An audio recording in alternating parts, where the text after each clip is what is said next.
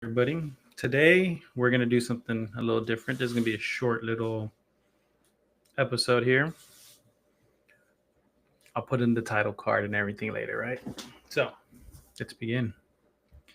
You hear it first as a faint cry by the river, and you freeze. It's a woman weeping for the children she can never get back. If you grew up in a Hispanic household, you know this story.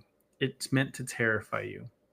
But what if I told you the story of La Llorona isn't just about a ghost? It's a lesson.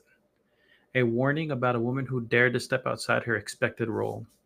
Hispanic folklore is filled with these hidden rules, secretly wiring our fears to protect community values. These aren't just spooky stories for kids, they're cultural programming, and today we're decoding them. Pulled my hair on accident. Ah.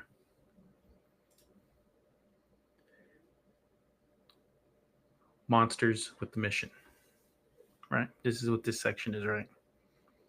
Every culture has rules, spoken and unspoken, that tell us how to live. I need to change this up because that is too far. I think I can do that. Actually, that's better. Actually, you know what? Bring you back over here. Make you big. Pop you out. And put you right here. There you go. I'm right here at the camera. Let's cut this section over again. I lost it. There you go. Monsters with the mission. Every culture has rules, spoken and unspoken, that tell us how to live. But how do you make sure those rules stick? Generation after generation. You could write them into law, sure. Or you could do something much older and way more effective. You turn the rules into monsters. In Hispanic culture, these stories are a powerful form of social programming, and our most famous monsters are the ones enforcing the most important rules. Let's start with the queen of them all, La Llorona, the weeping woman, or as I like to call them, the women in white. We all know the gist of the story. A beautiful woman betrayed by a lover who, in a moment of all consuming grief, drowns her children. Now her spirit is cursed to wander forever, weeping and searching for them. Parents have told this story for a very practical reason: to keep their kids away from dangerous rivers and to make sure they come inside when called. You know what? I'm going to fix this because I don't like the way this is coming out. Hold on. I need a script, right? Oh, well, I don't need a script, but I have a script. We're going to cut this out too. This is going to get cut out. We're going to mark it right there.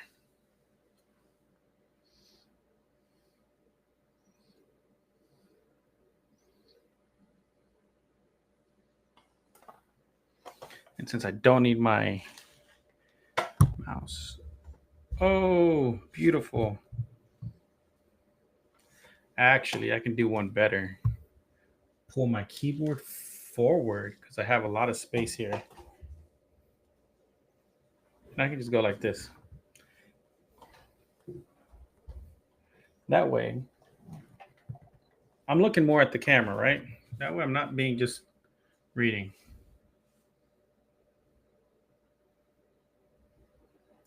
Okay, so get rid of this. We're going to start over. Or we're going to start at this section. Thunder. Let's start with the queen of them all, La Llorona, the weeping woman. We all know the gist of the tale. A beautiful woman betrayed. You know, man, I don't know. This is why we mark these clips so I can fix them in post. Because I want it done right. And what if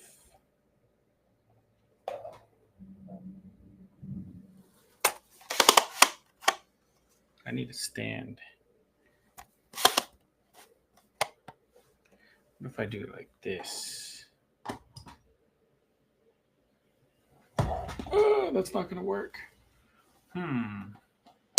because I want to look at y'all, but I can't have this like this. I don't know. I'm gonna play around with it. We'll figure it out. But for now, let's just do it this way. Sorry for all this movement here. I'm be kind of looking down a little bit. So we'll start from that section again. Let's start with the queen of them all, La Llorona, the weeping woman. We all know the gist of the tale. A beautiful woman betrayed by a lover who, in a moment of all consuming grief, drowns her own children. Now her spirit is cursed to wander forever, weeping and searching for them. Parents have told this story for a very practical reason, to keep their kids away from dangerous rivers and to make sure they come inside when called. Don't wander off, or La Llorona will get you. It's a supernatural kick in the pants to listen to your parents. But the story is so much deeper than a simple boogeyman. It's not just a warning for children, it's a cautionary tale for women.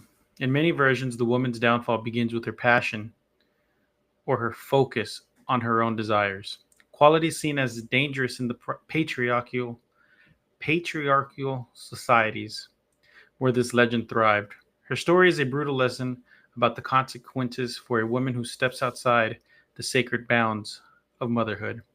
The rule is clear: a woman's place is defined by her devotion to her family. To betray that role is to become a monster.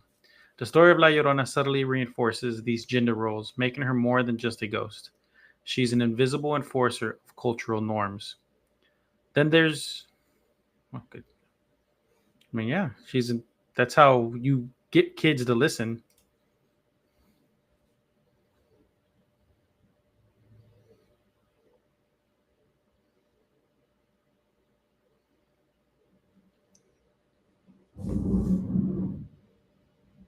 You heard that? That was thunder. I'm doing this story at the best time. Yeah, there is a storm right outside my window. I want to see outside my window, actually. It's not raining. It's just a storm. If I could set up my phone right there so y'all could see, that'd be awesome. But it's bright outside, so it's not really nothing to see. Anyways, I got distracted.